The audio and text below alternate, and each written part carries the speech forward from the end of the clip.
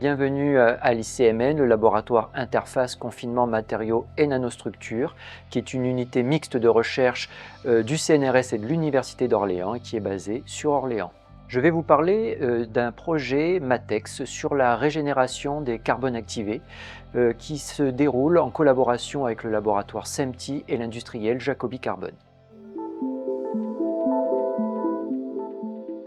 Un charbon actif, également appelé carbone activé, est un matériau carboné poreux qui permet d'éliminer dans l'air ou dans l'eau des composés toxiques organiques. Les charbons actifs peuvent être élaborés à partir de résidus végétaux. Ils sont utilisés dans des applications industrielles pour la séparation des gaz, pour le traitement de l'eau dans les stations d'épuration et dans des applications domestiques, hottes aspirantes dans les cuisines ou filtres pour aquarium. Jacobi Carbone est un acteur industriel et économique important dans la région Centre-Val de Loire. L'usine est localisée à Vierzon. Il s'agit du premier producteur mondial de charbon actif à partir de coques de noix de coco. Et l'une de leurs problématiques est de pouvoir régénérer les charbons actifs qui ont été utilisés dans les stations d'épuration.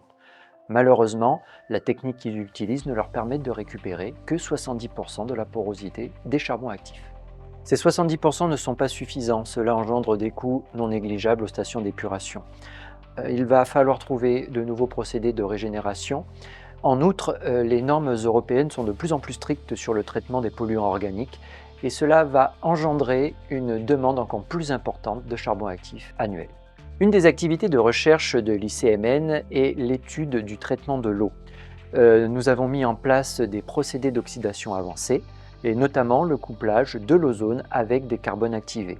Ce procédé permet d'obtenir la minéralisation des composés organiques toxiques, c'est-à-dire qu'à la fin, nous les transformons en eau et en CO2.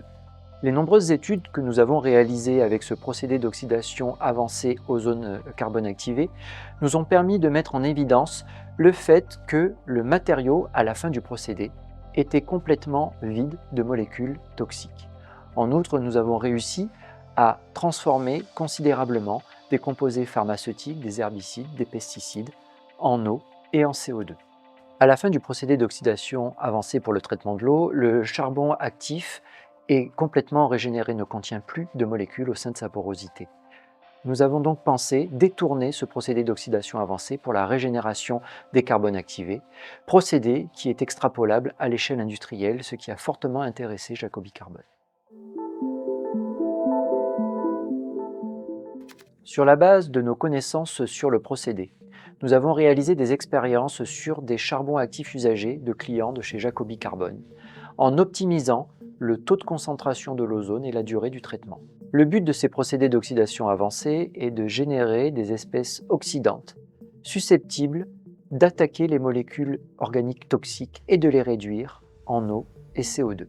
Le premier lot envoyé par Jacobi Carbone de charbon actif usagé a été traité avec succès par ce procédé d'oxydation avancée, avec un taux de récupération de la porosité supérieur à 90%.